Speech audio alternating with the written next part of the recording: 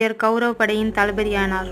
துரோணாச்சாரியரை வீழ்த்த நினைத்த கிருஷ்ணர் குருஷேத்திர போர் 15ஆம் நாள் பீமனை வைத்து அஸ்வத்தாமன் என்ற யானையை கொன்றுவிட்டு துரோணரிடம் சென்று அவரது மகன் அஸ்வத்தாமனை கொன்றுவிட்டதாக கூறுகிறார். துரோணரோ தனது மகன் அஸ்வத்தாமன் மரணத்தை உறுதி செய்ய யுதிஷ்டனிடம் செல்கிறார். துரோணருக்கு தெரியும் யுதிஷ்டனர் யமதர்மனின் மகன், பொய் உரைக்காதவர், தர்ம வழியில் நிற்பவர், நேர்மையானவர். எனவே அவரிடம் சென்று தனது மகன் இறந்து விட்டானா என்று வினாவுகிறார். பீஷ்மரோ அஸ்வத்தாமன் பீமனால் கொல்லப்பட்டான், அது ஒரு யானை என்று மெல்லிய குரலில் கூற, அதே நேரம் கிருஷ்ணர் தனது சங்கை முழங்க செய்கிறார். இதனால் தன் மகன் இறந்து விட்டான் என்று எண்ணி துரோணர் தனது ஆயுதங்களை விட்டு தியான நிலையில் அமர்ந்து உயிரை விட முடிவு செய்தார். அதே சமயம் பாஞ்சால அரசர் திருஷ்டத்யும்னன் தன் வாளால் அவரின் தலையை கொய்து பிறவின் நோக்கத்தை நிறைவேற்றினார். துரோணரின் மரணம் யுதிஷ்டனால் ஏற்பட்டதா அல்லது கிருஷ்ணரின் சூழ்ச்சியால் ஏற்பட்டதா?